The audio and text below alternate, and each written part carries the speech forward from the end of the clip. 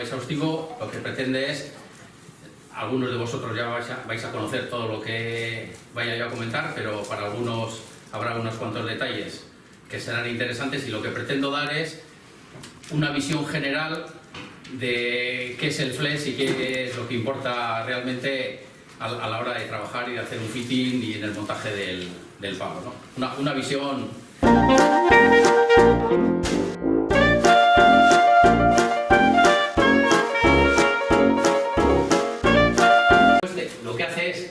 Ese número de cifra lo convierte en un número de flex manejable y estandarizado, porque por ejemplo 173 del promedio de esas dos es un 4.5, 266 es un 4.5 y 607 es un 4.5.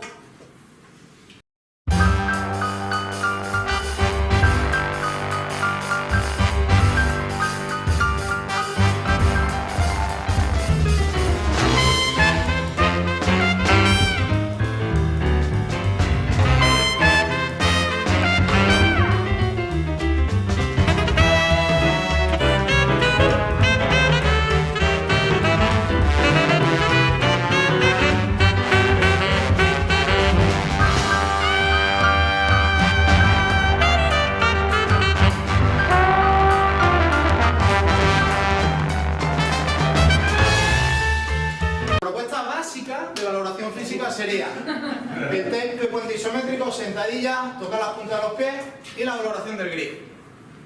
¿Vale? Luego lo vamos a explicar. Los objetivos: descubrir, como siempre para nosotros, si el material que lleva es adecuado o no, porque si físicamente está bien y empieza a aparecer algunos problemas al colocarse más o no lo sabe a nivel técnico, tiene un material muy malo. Y saber si es el material que provoca el error técnico o es un problema físico el que hace que el material no sea el adecuado.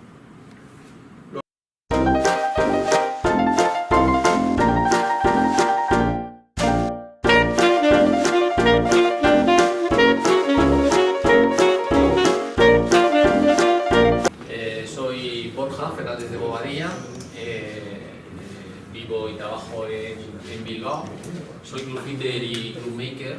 Hice los cursos en Estados Unidos, todos los cursos que había en ese momento, y estuve trabajando ahí en Estados Unidos, en Chicago y en Texas. Y ahora, ciñéndome al tema de las cabezas de los palos, todos sabéis que más o menos podemos dividirlas entre un hollow, que es un palo de super mejora.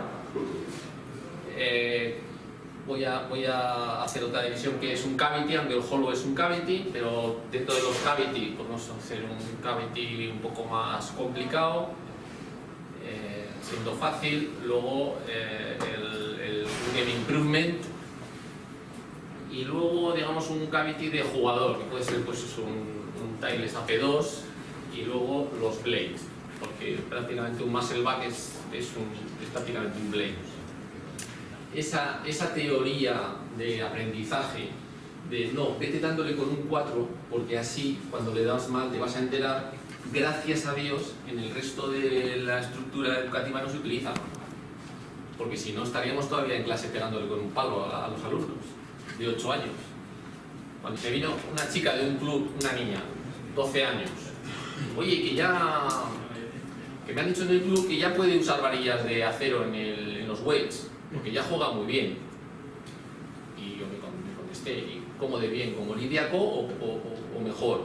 Porque Lidia Co lleva los weights varillas de grafito, una de 78 gramos, una UST Recoil.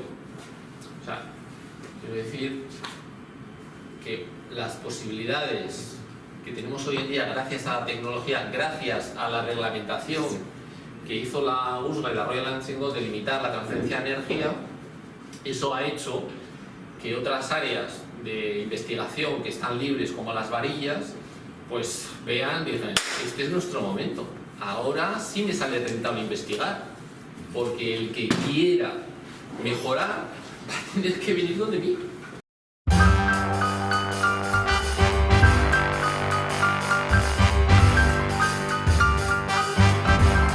Soy Alejandro del Rey, para los que no me conozcáis, soy el representante en España de FlyScope. Bueno, deciros que FlyScope cambió su política de comercialización de productos a partir de mediados del 2014. Esta pantalla la pongo primera para que todo el mundo sepa de qué estamos hablando, ¿vale? Voy a hablar de estos, principalmente de estos dos perfiles, ¿vale? Lo que llamamos curva de velocidad y curva de aceleración. Esto sería una imagen de lo que hace la cabeza del palo visto desde como un overhead, visto de una vista superior, y esto sería como un face on, o sea, cuando ponemos enfrente al jugador una cámara y lo que ve y lo que vería esa cámara, ¿vale? Entonces estaríamos en este punto, que son unas décimas posteriores al impacto, ¿vale? Entonces eso es lo que nos lee el radar, la cabeza del palo. ¿Qué nos dicen estas curvas? ¿Qué está pasando con esa cabeza del palo? ¿Qué velocidad está llevando? ¿Qué aceleración está llevando? Aceleración es relativa, no es una aceleración como tal, es una relación con respecto a g, ¿vale? Es una proporción, por eso veis que es negativa, ¿vale? El aparato tiene que estar colocado en una distancia más específica del jugador. Eso es. El aparato, el radar, los radares tienen que estar colocados en una distancia, en el caso de FlyScope, que es el que me sé perfectamente, tienen que estar colocados de donde pega el jugador, de donde se espera que va a salir la bola, entre 2,40 y 4 metros detrás. ¿Qué le dice el sistema? Pues le dice: Pablo, si tú coges y levantas, conseguimos levantar el ángulo de lanzamiento, aquí es donde vosotros intervenís, es decir, ¿cómo le hago levantar el ángulo de lanzamiento? Con fitting, con instrucción, con ambas cosas. Eso ya es lo que he dicho antes, vuestro criterio. Entonces,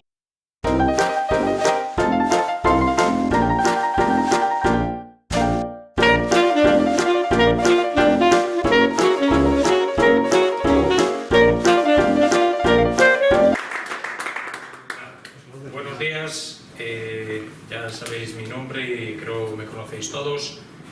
Soy Gabriel Sota y vamos a dar una presentación, una ponencia de fitting de pad.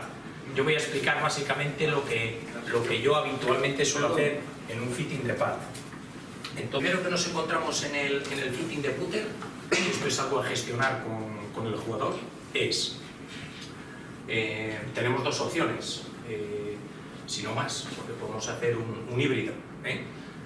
Palo a medida con su colocación y swing, es decir, tenemos un jugador que él tiene su propia colocación, tiene su propio swing y lo que quiere es que le recomendemos cuál es el putter que mejor le va de acuerdo a su colocación y swing. Muy bien. Puede coincidir que su colocación y su swing sea poco más o menos el aceptable, el recomendable, el teóricamente por norma mejor y técnicamente más eficiente, con lo cual el primero y el segundo sería lo mismo. Pero a mí me gusta que me permitan cierta orientación, cierto coaching, es decir, que yo pueda a ese jugador explicarle qué es lo que yo le recomiendo en colocación y swing para que el rendimiento, su eficiencia de técnica de pad sea mejor. Pero la ponencia de Julio, que los músculos fuertes de la espalda sean quienes balanceen ese putter, que por otro lado, siguiendo lo que dice Julio, tenemos que ser capaces de disociar, es decir, que seamos capaces de mover la parte de arriba estando muy estable la parte de abajo.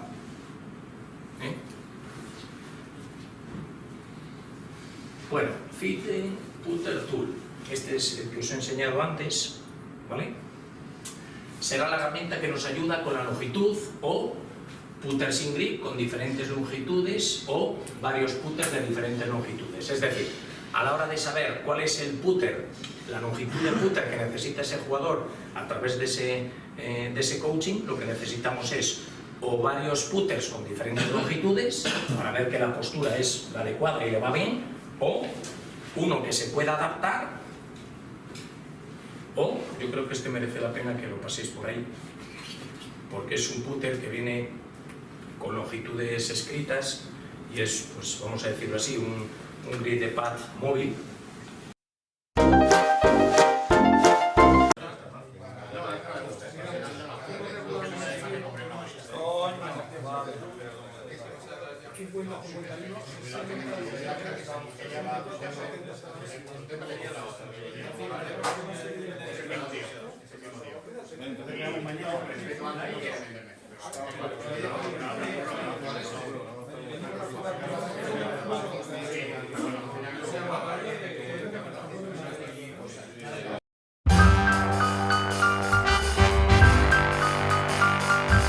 Ahora nos va a dar una charla Xavier Busach, es árbitro de golf y es un experto dentro de la parcela que nos atañe a nosotros de las reglas del golf con relación a los palos de golf.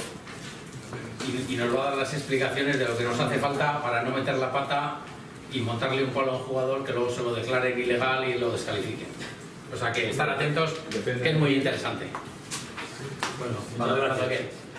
Bueno, en primer lugar, dar gracias a la asociación por invitarnos. Nosotros siempre estamos encantados desde la federación de poder colaborar en cualquier cosa que signifique pues, difundir las reglas, ¿no? Y más cuando es un grupo de expertos, no de profanos.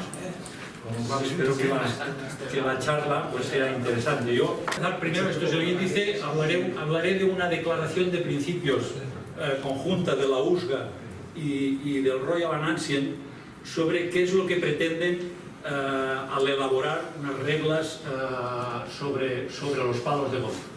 Después vamos a mirar la regla 4. La regla 4 regula no cómo deben ser los palos, que sí lo dice, sino qué es lo que pasa con los palos mientras se está jugando.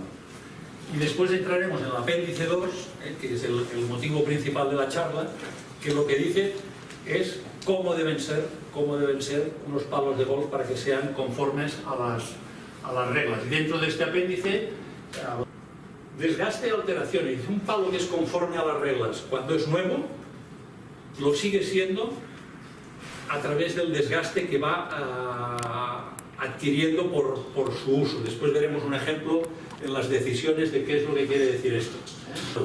Los palos, sabéis todos que los palos fabricados a partir del 2010 deben tener las estrías como estaba regulado antes, más 3 pequeñas especificaciones que después comentaré, que son específicas para estos palos, que es el borde de la estría debe ser sencilla en su forma, y otra cosa más que ahora no me acuerdo. Esto recomiendan en esta decisión que solo se utilice en la alta competición. ¿Quiere decir esto que en una competición donde no esté esta regla se pueden utilizar palos que no tengan las estrías nuevas? Perfectamente. Palos antes del 2010, con las estrías que cumplían las reglas antiguas, se pueden utilizar sin ningún problema. ¿Y el fabricante que fabrica palos hoy con las estrías viejas? No, un fabricante que fabrique palos hoy debe fabricar los palos con estrías nuevas, está obligado. Vamos a la varilla, siguiente paso. La varilla debe ser recta, o como mínimo debe ser fabricada con la intención de que sea recta. Las reglas aceptan que las varillas pueden no ser rectas, porque puede haber, esto lo puedes confirmar tú, yo cuando lo he leído digo, ¿realmente una varilla puede no ser perfectamente recta con la tecnología que hay ahora? Pues sí, se ve que es casi imposible conseguir, pero si un elemento del palo está fabricado con la intención de cumplir las reglas, se considera que la cumple. Se da un margen de tolerancia respecto a esto. Debe ser recta hasta 5 pulgadas por encima de la base. Una varilla que dejara de ser recta más de 5 pulgadas, el palo no sería conforme. Debe flexionar y torsionar igual en cualquier dirección, así, así, así o así. No dice nada de que tenga que ser redonda, cuadrada, es igual. Pero se supone que un palo que no tiene una varilla redonda en cualquier dirección no torsionará de la misma manera. Por lo tanto, las varillas... Ya hubo unas triangulares, ¿eh? Hay algunas triangulares.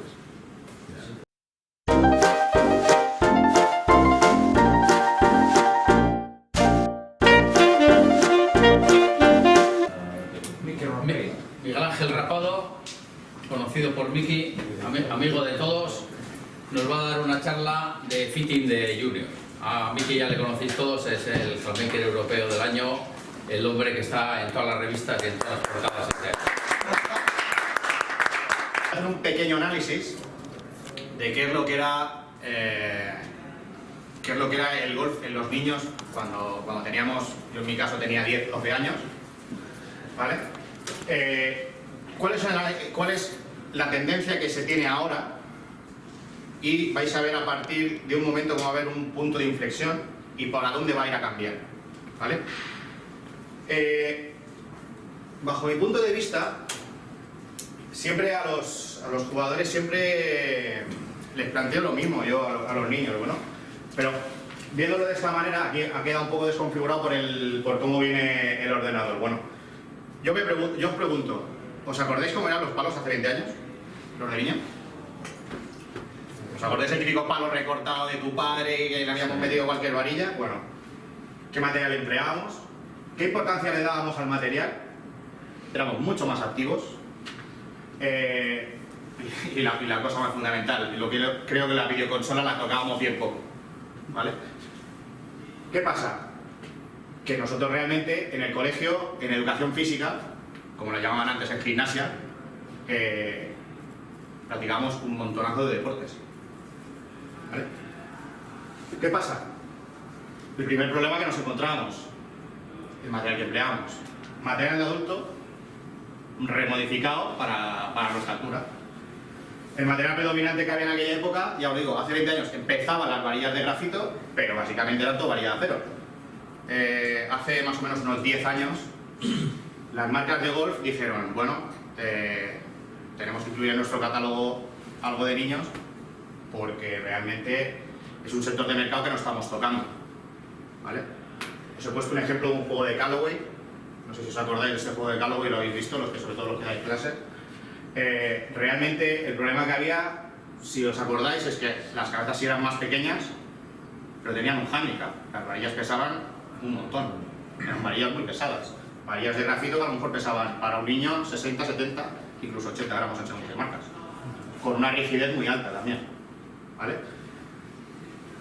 El length, que es una cosa que cuando empezó, pues las marcas, por no tener que forrarse a tener material, lo que hicieron es distribuirlo por años, que realmente la distribución por años nos hemos dado cuenta todos que eso realmente era un tema puntual, ¿vale? La tendencia ha cambiado. Gracias a varias marcas encontramos que ya hay dos niveles, ¿vale? Tenemos palos para niños de competición y palos para niños que están aprendiendo, pero ya están más adaptados al peso, ¿vale? Yo en mi caso voy a hacer un pequeño retoque sobre el tema de los palos de aprendizaje, sobre todo por como lo están haciendo ahora pues marcas como US Kids. Realmente los tíos lo han pensado, aquí en Estados Unidos otra cosa no, pero pensaron, bueno, esto está muy bien, pero no todos los niños son de 5 a 8 años de la misma altura, ¿vale? Y en un jugador de competición, fijaos los 4 puntos que yo he puesto. Yo, más que nada, si os fijáis, es un proceso de fitting que le haríais a un adulto. Hoy por hoy, el fitting de niños se hace como un adulto. Pues la pregunta es muy sencilla. ¿De dónde pensáis que puede ser el número 1 mundial en 10 años?